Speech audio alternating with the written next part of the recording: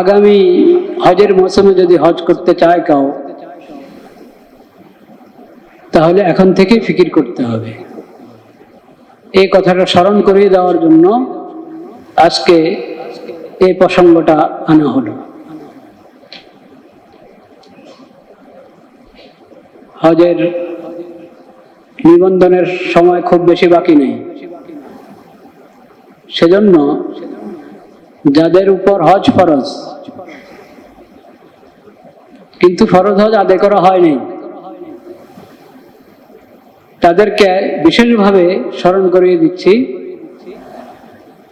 যে অতি দ্রুত হজের পাকা নিয়ত করা এবং আগামী যুলহজেই যাতে হজ করা যায় সেজন্য এখন থেকে ব্যবস্থা গ্রহণ করা। কারণ হজ ফরজ হওয়ার পর কোনো যৌক্তিক ওজর ছাড়া, শরীয়ত সম্মত ওজর ছাড়া বিলম্ব করা গুনাহ।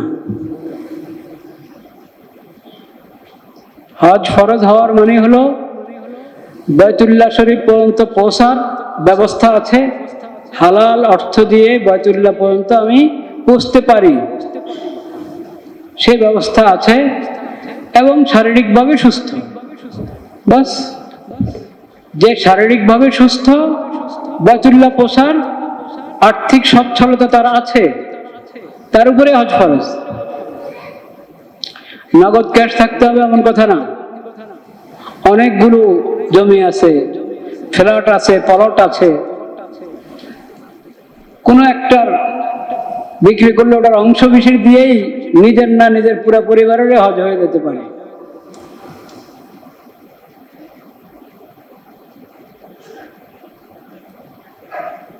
হালাল অর্থ দিয়ে বাইতুল্লাহ পর্যন্ত পৌঁছার ব্যবস্থা আমার কাছে আছে, আর আমি শারীরিকভাবে সুস্থ, বাস হজ ফরজ। এই অবস্থা যখন আমার, এরপরে প্রথম যুলহজে আমার উপরে হজ ফরজ। আর্থিক সচ্ছলতা আছে, সুস্থতা আছে, বাস প্রথম যুলহজে আমার উপর হজ ফরজ। আমি যত দেরি করব তত গুনাহ হতে থাকবে, যত দেরি করবে তত গুনাহ হবে। হজ ফরজ হয়ে যাওয়ার পর বিলম্ব করতে নাই, অজুহাত দাঁড় করতে নাই, বাহানা খুঁজতে নাই। কারণ বাহানার তো শেষ নাই। অযৌক্তিক ওজর, বাহানা বলতে অযৌক্তিক ওজর, বানানো ওজর, কৃত্রিম ওজর, ওগুলোর শেষ নাই। গত বছর কিছু কথা বলা হয়েছিল এই বিষয়ে। এখনো মেয়ে বিয়ে দিই নাই, ঘরে মেয়ে রেখে কিভাবে যায়, ঘরে মেয়ে রেখে কত সফরে করে ফেলে। ঘরে মেয়ে আছে কেন, তার দ্রুত বিবাহ কেন ব্যবস্থা করছেন না? বিয়ের ইবাদতটা তো আল্লাহ তাআলা অনেক সহজ করেছেন, অনেক সহজ করেছেন আল্লাহ তাআলা। আমরা নিজেদের থেকে অনেক ফর্মালিটি যুক্ত করেছি বিয়ের সঙ্গে, সে কারণে বিয়ে কঠিন। শরীয়তে বিয়ের ব্যাপারে যে বিধান দিয়েছে ওটা তো অনেক সহজ।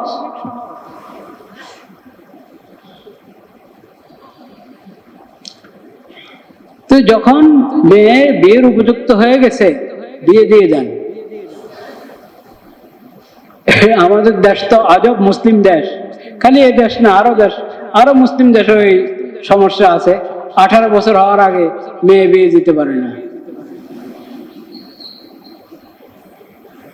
শরীয়ত বলে যখন প্রাপ্তবয়স্ক হয়ে গেল মেয়ে,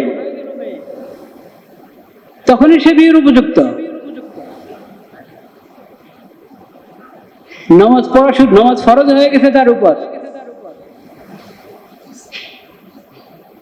মাসিক যেই মেয়েদের প্রাকৃতিক যেই ওজর এসে থাকে প্রতি মাসে, সেটা শুরু হয়ে গেছে। ওটা তো কারো 9 বছর বয়স হয়, কোনো মেয়ে 10 বছর 11 বছরও হয়, তখনই তার উপর নামাজ ফরজ। ও শরীয়তের ভাষায় বালেগা, প্রাপ্তবয়স্ক, সে বয়স্কা।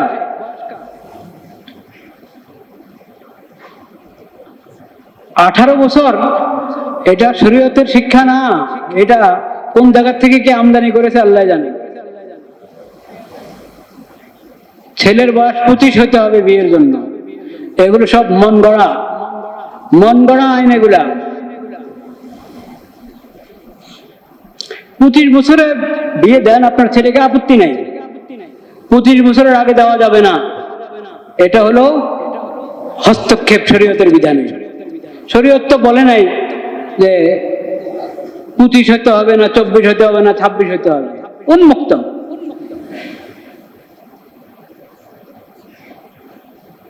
বিয়ের প্রাপ্তবয়স্ক হলো ছেলে, শারীরিকভাবে সুস্থ, তার বিয়ের প্রয়োজন। তুমি কে এই কথা বলার যে 25 বছরের আগে বিয়ে করতে পারবে না ছেলে?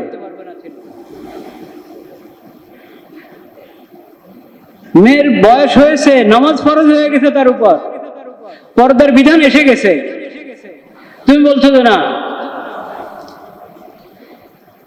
18 বছর পর্যন্ত বসায় রাখো। একজনে যাও একটু সাহস করে 16 বছরের কথা বলেছিল, সেটাও মানাতে পারেনি। কিভাবে মানাবে? শরীয়ত ছেড়ে অন্যদিকে গেলে তো আর কোনো মানদণ্ড থাকে না, যে মানদণ্ডের ভিতরে একজন ভিত্তিতে একজন আরেকজনের কথা গ্রহণ করতে পারে। শরীয়তে তো সে মানদণ্ড, যে শরীয়তের বিধানের সামনে সবাই শিরোধার্য, সবাই তার মাথা নত করবে শরীয়তের বিধানের সামনে। শরীয়ত ছেড়ে ডানে বামে যদি ঘুরো, তাহলে কখনো তো শান্তি আসবে না, কখনো নিরাপত্তা আসবে না, বিশৃঙ্খলা, অশান্তি চলতেই থাকবে।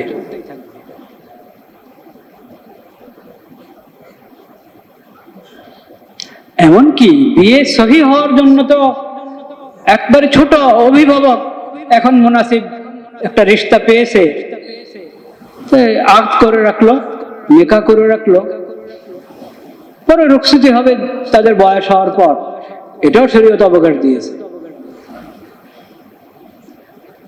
অভিভাবকের তত্ত্বাবধানে বিয়ে হওয়া এটা বাঞ্ছনীয় অবশ্যই। আজকাল যে পাগলামি চলছে আমাদের সমাজে, একদিকে বিয়ের ব্যাপারে কত ধরনের প্রতিবন্ধকতা সৃষ্টি করে রেখেছে নিজেদের থেকে, আর অন্যদিকে একটা তো একবারে হারাম, বন্ধু বান্ধবী, মেয়ের বন্ধু ছেলের বান্ধবী একবারে হারাম। ওটার উপরে কোনো প্রতিবন্ধকতা নাই, ওখানে 18 বছরের কথা নাই, ওখানে 25 বছরের কথা নাই। কোথায় গেছে মস্তিষ্ক?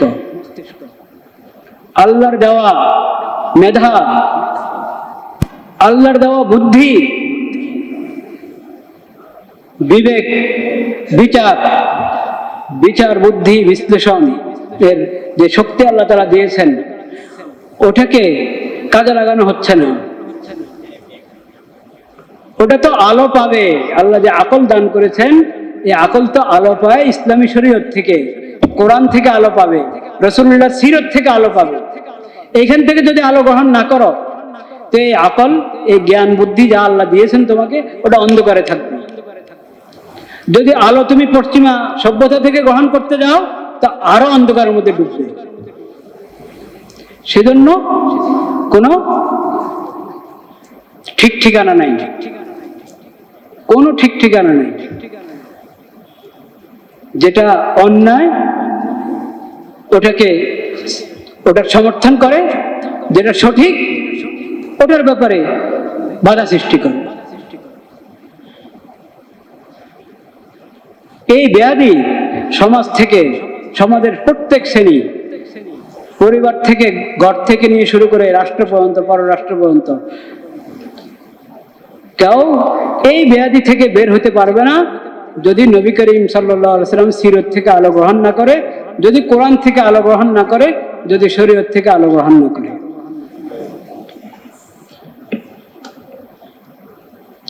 আমি তো বলতে চেয়েছিলাম হজের কথা, তো হজের মধ্যে অনেকের মুখে এটা শুনেছি, হুজুর মেয়ে বিয়ে দিতে পারে না, মেয়ে রেখে কিভাবে হজে দেয়? মেয়ে রেখে আপনাকে হজে যেতে হবে, হজ ফরজ হয়েছে, মেয়েকে বিয়ে দেন সুযোগ পেলে।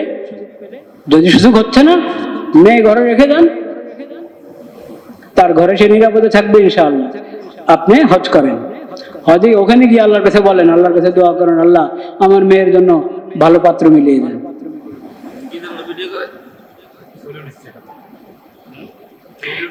এটা তো হলো, বললাম এটা একটা বাহানা, মেয়ে দিয়ে দিতে পারে। আরো কত ধরনের টাল বাহানা দিয়ে মানুষ বানায় নিজেদের থেকে, কত অজুহাত দাঁড় করায়। এই কোনো অজুহাতের কোনো ধর্তব্য নেই, কোনো ধর্তব্য নেই। মক্কায় পৌঁছার রাস্তা নিরাপদ, আপনি সুস্থ, ওখানে পৌঁছার অর্থ আছে, আপনার ব্যবস্থা আছে, নিজের অর্থ আছে, কেউ হাদিয়া দিয়েছেন, মিরাসে পেয়েছেন, উত্তরাধিকারে পেয়েছেন, হিসাবে পেয়েছেন, সর্ব অবস্থা আজ ফরজ। বাপ ইন্তেকাল করে গেছে, নিজেদের অর্থ নাই ভাইদের, কিন্তু মরহুম যিনি, ওনার সন্তান যারা, উনি অনেক জায়গা জমি রেখে গেছেন, ওগুলো বন্টন করে না। আরে ওগুলো বন্টন করো, বন্টন করলে দেখবো তোমার উপরে হজ ফরজ।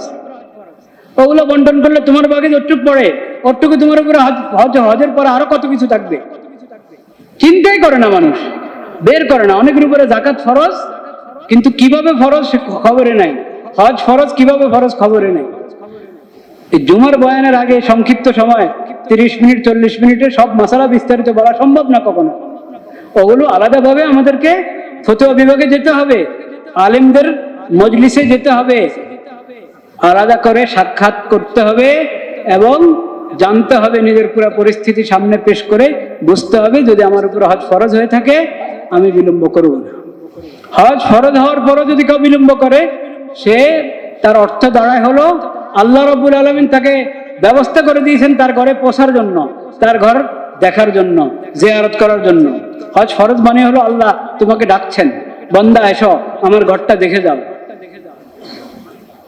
মিনা আরাফাত আমার রহমতের প্রতীক, মিনা আরাফাত দেখে যাও, মুজদালিফা দেখে যাও, নবীদের ভূমি দেখে যাও, আমার ঘরটা দেখে যাও, যেটা হেদায়েতের মার্কাজ হিসাবে, রহমতের মার্কাজ হিসাবে সর্বপ্রথম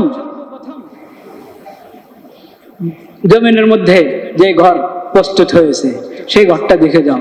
আল্লাহ আপনাকে ডাকছেন, আপনি বিলম্ব করছেন, কোনো ওজর ছাড়া আপনি বিলম্ব করছেন। এই বিলম্ব করার অর্থ হলো আপনি আল্লাহকে বলছেন, মাওলা সরি আমার সময় নেই, আমি ব্যস্ত। এটা বেয়াদবি কিনা? এজন্য যার হজ উপর হজ ফরজ, একবার এই যে সামনে যে কয়দিন আছে রেজিস্ট্রেশনের, অতি দ্রুত ব্যবস্থা গ্রহণ করেন এবং প্রথম সুযোগে হজে যান। আল্লাহ সবাইকে তৌফিক দান করেন।